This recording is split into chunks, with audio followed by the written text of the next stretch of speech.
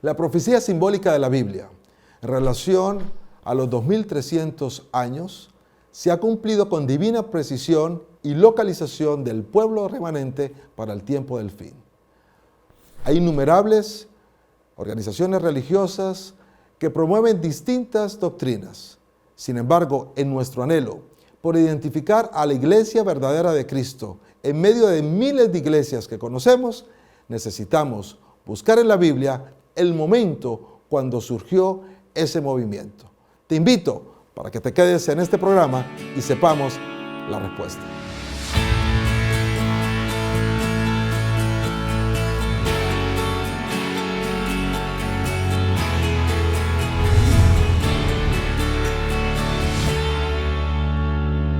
Hola, ¿qué tal? Bienvenidos a su programa Busquemos en la Biblia, un espacio para el crecimiento espiritual. En cada programa hemos tenido invitados especiales de diferentes partes del territorio nacional. Y en esta ocasión no es la excepción. Hemos invitado a un amigo que vive en el estado de Sonora. Me refiero al pastor Samuel Alcántara, quien estará con nosotros para el desarrollo del tema de esta ocasión. Pastor Alcántara, bienvenido. Qué alegría que hayas aceptado la oportunidad de estar con nosotros y de que puedas compartir los conocimientos que tienes de la palabra de Dios para nuestro auditorio. Bienvenido, ¿cómo te encuentras, pastor? Muy bien, gusto en saludarles y gracias por la invitación, Pastor Juan. Excelente, muy amable. Pastor, siempre antes de abrir la palabra de Dios, tenemos la sana costumbre de invocar su presencia. ¿Quisiera usted conducirnos con una oración, por favor? Claro, con gusto, oremos. Amado Padre, gracias por la bendición de la vida y la linda oportunidad de estudiar tu santa palabra. Ahora que lo vamos a hacer, rogamos la dirección y la presencia de tu Santo Espíritu para comprender las ricas verdades que en ellas tienes para cada uno de nosotros. Te lo rogamos y suplicamos esto en el nombre sagrado de tu Hijo amado, Cristo Jesús. Amén. Amén. Muchas gracias, pastor. Gracias por estar con nosotros. Sé que tienes muchas ocupaciones, pero has reservado este momento para acompañarnos. El tema de hoy es un tema muy interesante y voy a compartir justamente el título del tema que vamos a abordar. ¿Cuál es la iglesia verdadera? Pero para poder entrar en materia en relación a esta temática, necesitamos hablar del preadvenimiento. Y para eso tengo una pregunta que va a poner la base de la discusión, del desarrollo de este tema.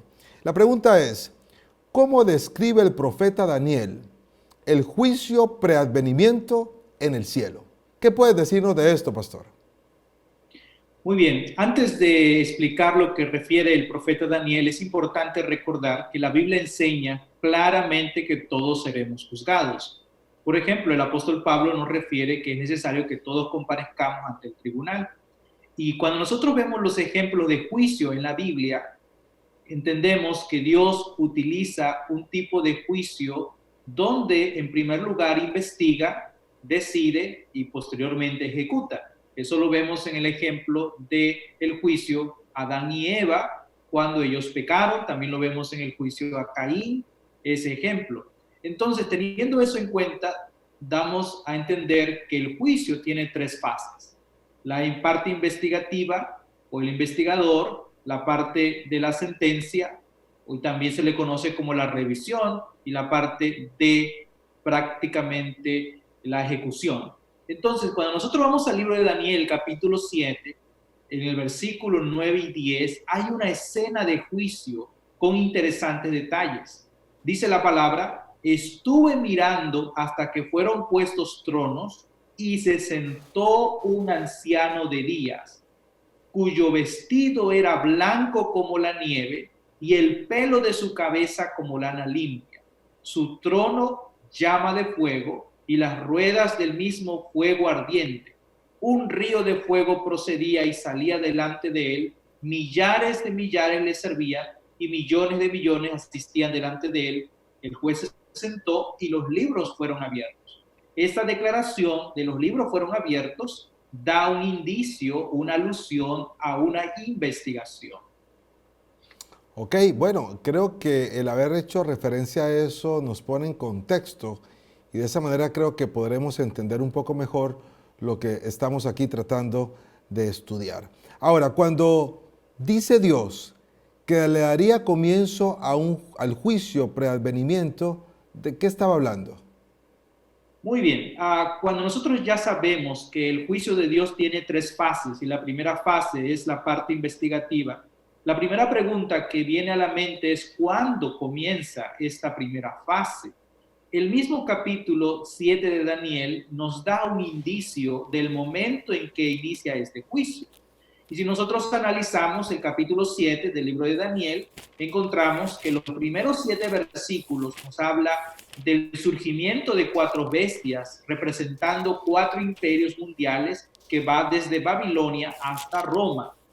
Y el versículo 8 nos habla de un poder que se le denomina ahí en el libro de Daniel como un cuerno pequeño, representando la continuidad del imperio romano, haciendo guerra contra los santos. Y entonces a partir del versículo 9 y 10 aparece la escena del juicio. Eso nos indica que mientras está desarrollándose los eventos aquí en la tierra, en el cielo ocurre un juicio. Eso nos indica el momento. El momento es antes de la segunda venida de nuestro Señor Jesucristo. El siguiente capítulo de Daniel, capítulo 8, nos hace una declaración de tiempo, específicamente el versículo 14.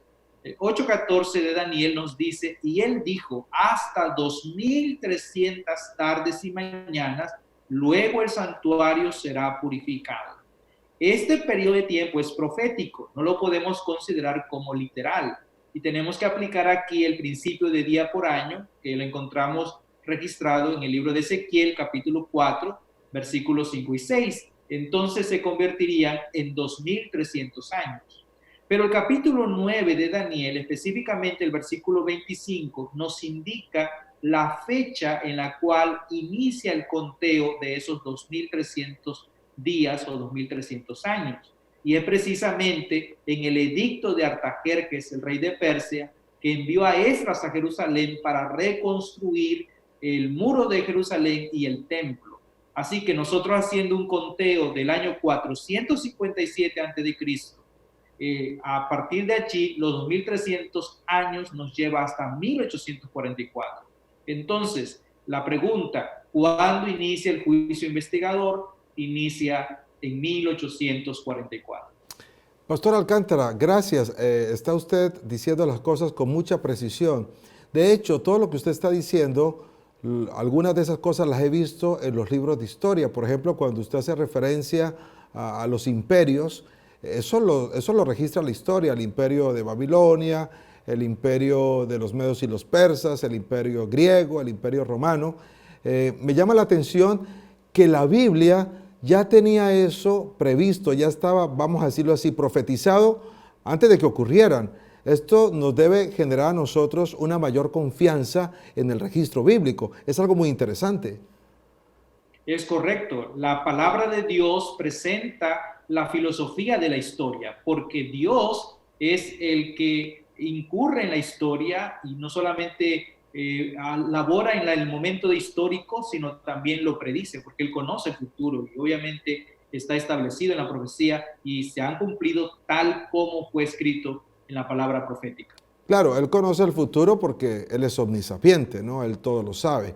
Es correcto. Ahora, a partir de lo que usted acaba de mencionar, es interesante pensar entonces en la siguiente pregunta.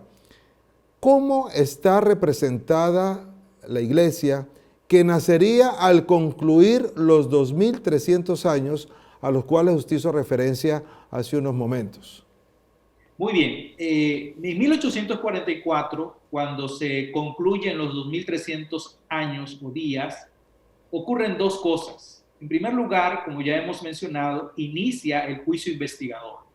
En segundo lugar, cesa el oscurecimiento de la verdad bíblica, que ese poder representado por el cuerno pequeño realiza. Trata de aniquilar esa verdad. Esa verdad es pisoteada, suplantada por ese poder. Pero entonces, en esta fecha, a partir de esta fecha, esa verdad es una vez más resaltada.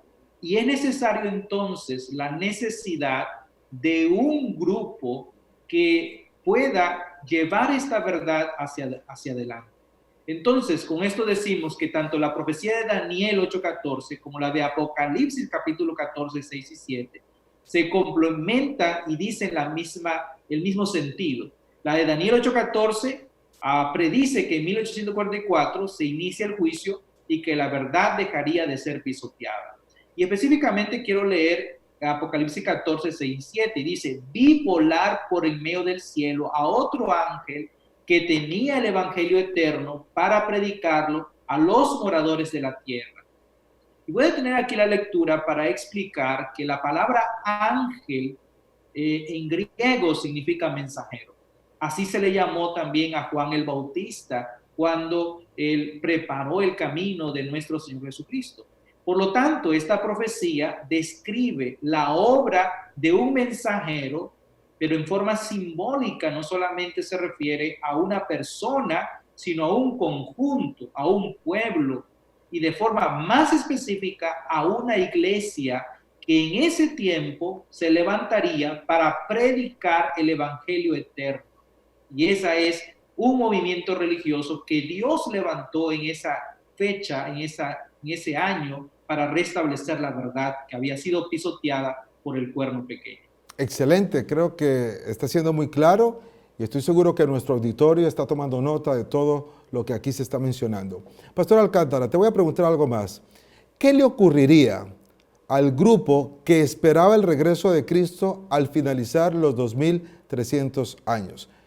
¿Qué le ocurriría? Muy bien. Este grupo, una de las grandes verdades que levantaría y colocaría en alto en esta predicación sería la verdad de la segunda venida de Cristo.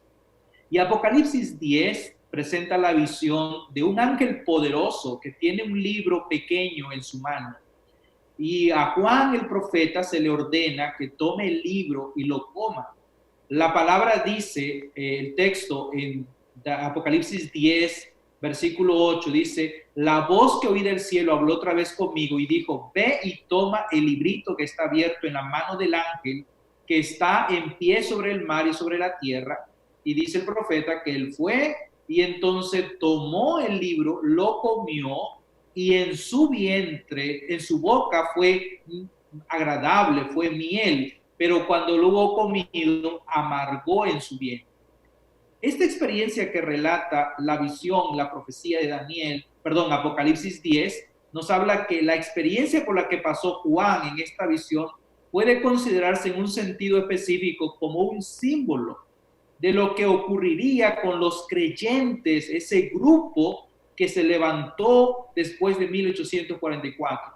Cuando esos creyentes oyeron por primera vez el mensaje de la inminencia de la segunda venida, fue para ellos dulce como la miel, pero cuando Cristo no vino en la fecha en la cual ellos esperaban, la fecha 22 de octubre de 1844, entonces su experiencia fue amarga, y a esa experiencia se le denomina como un gran chasco. Muy bien, pastor, tenemos que ir a una pausa. Apreciamos mucho estas explicaciones que son muy claras, pero tenemos que hacer una pausa. Amigos, no se muevan, quiero dejar una pregunta con ustedes antes de irnos a este paréntesis, y la pregunta es la siguiente: ¿cómo podemos identificar la iglesia verdadera entre tantas iglesias? Repito, ¿cómo puedo identificar a la iglesia verdadera entre tantas iglesias? No se vayan, regresamos en unos instantes.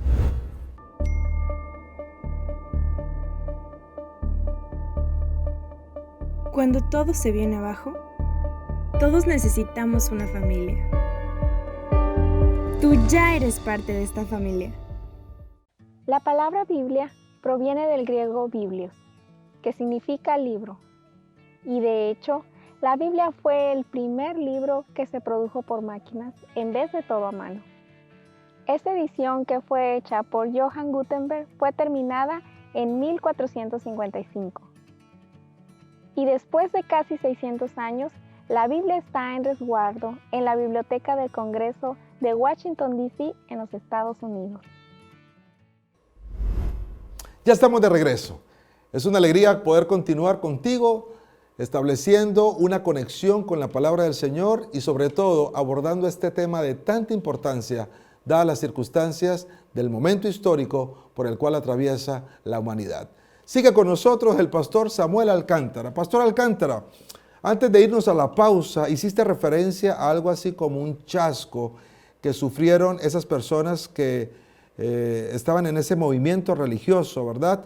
Que era un movimiento como el cumplimiento, ¿no? Ese movimiento era el cumplimiento de la profecía de los 2300 años, que empezó en el 457 con el decreto de Atarjerjes y que culminó en 1844. Eso nos lleva a una interrogante, pastor. Y la interrogante es la siguiente: ¿qué ordenó Dios a ese movimiento religioso que nació en 1844 en medio de ese gran chasco? Gracias, pastor. Como hemos dicho anteriormente, la visión del libro pequeño que Juan come y en su paladar es agradable, es dulce como la miel, pero en su vientre es amargo. Después de esa experiencia que lo interpretamos, esa profecía como el chasco de ese movimiento religioso, después de eso, Apocalipsis 10, versículo 11, se nos dice: y él me dijo, es necesario que profetices otra vez sobre muchos pueblos, naciones, lenguas y reyes. Así que nos da a entender que aunque el comer del rollo le había producido amargura a Juan, las palabras consoladoras que Cristo dirige al profeta son que ahora debe profetizar nuevamente. A Juan, como representante de los creyentes de ese movimiento religioso que pasaron por ese chasco, se le impone ahora la necesidad de proclamar un mensaje muy especial para el tiempo del fin. Ahora, tomando en cuenta esto entonces, ¿cuál era el mensaje que la iglesia particularmente debía enfatizar? Muy bien. A este mensaje en el libro de Apocalipsis se le considera como el mensaje de los tres ángeles, que está registrado en el libro de Apocalipsis capítulo 14. Porque justo antes del fin, Dios envía su mensaje de advertencia representado simbólicamente en términos de tres ángeles. Ya vimos que ángel es mensajero y por lo tanto representa a ese grupo, a ese movimiento que ha de ser el responsable de dar este mensaje de advertencia al mundo antes del fin. Entonces, este mensaje del primer ángel incluye tanto la salvación como el juicio. Son buenas noticias porque habla del evangelio eterno para quienes dan gloria a Dios y lo adoran como su creador, pero también ese mensaje incluye un mensaje de advertencia de juicio para quienes rechazan al creador y la señal de la verdadera adoración que se ha dado. El mensaje del segundo ángel anuncia la caída o apostasía de Babilonia y lo identifica como un falso sistema religioso. Y el mensaje del tercer ángel presenta las consecuencias de seguir ese falso sistema religioso representado tanto por la bestia como por Babilonia. Ok, muy interesante esto, pastor. Creo que nos está llevando a un punto clímax de todo lo que representa estudiar este tema tan interesante. Ahora, ya sabemos entonces de ese movimiento que experimenta ese gran chasco, ya sabemos de la encomienda que Dios le da a ese movimiento de presentar el mensaje a los tres ángeles, tal como lo has explicado de manera muy precisa, pero ahora surge un interrogante más. ¿Cómo se denomina a la iglesia verdadera en Apocalipsis? Porque estamos hablando en este tema de si hay una iglesia verdadera, ¿no? Pero Apocalipsis al parecer hace referencia, o mejor dicho, tiene una etiqueta para denominar a ese grupo, a esa iglesia, ¿no? Muy bien, claro que sí, hay un texto que lo hace de manera bien clara y es Apocalipsis capítulo 12, versículo 17. Ok, busquemos en la Biblia.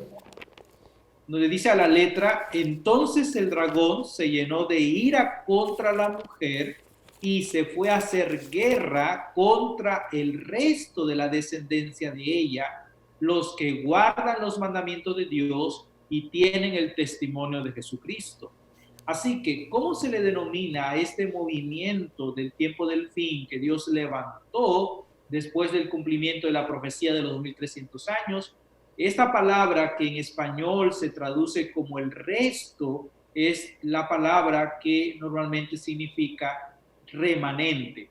Remanente es lo que ha quedado. Entonces, ¿por qué es un remanente? Porque ante la apostasía, ante la pisotear la verdad, este grupo levanta, pone en alto la verdad bíblica, lo que dice Jehová en su palabra. Entonces, ¿cómo se le denomina a esta iglesia? Esta iglesia del tiempo del fin es una iglesia remanente que Dios ha levantado, que Dios ha preservado con un propósito, ya vimos en la pregunta anterior, que es la predicación del evangelio, la amonestación a este mundo. Ahora, es interesante que este movimiento no solamente ha experimentado, ¿verdad?, el asunto de que se haya pisoteado la verdad, sino que también ha tenido oposición. Y ellos han estado defendiendo justamente ese mensaje, el cual Dios les encomienda proclamar. Y que en su momento el sistema religioso falso pisoteó, de alguna manera quiso ocultar, y bueno, finalmente muchas personas fueron saliendo, pero quedó al final lo que acabas de mencionar, ¿no? Ese grupo de fieles que resistieron hasta el final, y entonces a eso se le llama el remanente. Excelente, pastor, creo que ha estado muy claro la explicación, y bueno, vamos llegando ya al final del programa, y esto nos muestra lo siguiente. Hay una última pregunta que quisiera hacerte, y espero que, igual como has respondido a las anteriores, nos des el fundamento bíblico para la respuesta de esta interrogante. ¿Qué dos características sobresalientes contribuirían en la identificación de la iglesia verdadera del tiempo del fin? Y hago referencia a esto porque creo que con esta pregunta respondemos a la pregunta maestra o a la pregunta magistral del programa. La pregunta más importante es, ¿cuál es la iglesia verdadera? Y estoy seguro que todos queremos saber cuál es esa iglesia. Bueno, aquí la pregunta es, ¿qué dos características sobresalientes pueden ayudarnos a identificar la iglesia verdadera para este tiempo? ¿Qué dice la Biblia al respecto? En el texto que leímos para responder la pregunta anterior, Apocalipsis 12:17, también nos da la respuesta a esta pregunta. En la última parte de este texto nos dicen que ese remanente son los que guardan los mandamientos de Dios y tienen el testimonio de Jesucristo. Ahí está claramente esas dos características sobresalientes de esa iglesia verdadera en el tiempo del fin. Número uno, guardan los mandamientos de Dios. Número dos, tienen el testimonio de Jesucristo. Entonces la pregunta que surge es, ¿qué es el testimonio de Jesucristo? Es correcto. El mismo libro de Apocalipsis nos dice en el capítulo 19, versículo 10, que el testimonio de Jesús es el espíritu de la profecía. Por lo tanto, teniendo eso claro, podemos definir que las dos características que identifican a la iglesia verdadera del tiempo del fin es que guardan los mandamientos de Dios y número dos, tienen el testimonio de Jesucristo, que es el espíritu de profecía. Entonces, si alguien quiere saber cuál es la iglesia verdadera, simplemente tiene que buscar la iglesia que cumpla con estas dos características, que en su doctrina promuevan y defiendan la vigencia de los 10 mandamientos que se encuentran en el capítulo 20 de Éxodo, el segundo libro de la Biblia. Y número dos, que esa iglesia también posea la segunda característica, que es el don de profecía, que explicado en Apocalipsis 19:10, como lo acabas de mencionar, es justamente eso. El testimonio de Jesús, es el espíritu de profecía. Con esas dos características, entonces, ya podemos identificar cuál es la iglesia verdadera. Muy bien. Así. Es correcto. Gracias, Pastor Alcántara. Valoramos mucho tu tiempo, valoramos mucho el que hayas estado con nosotros y esperamos en un futuro cercano tenerte de nuevo aquí en el programa.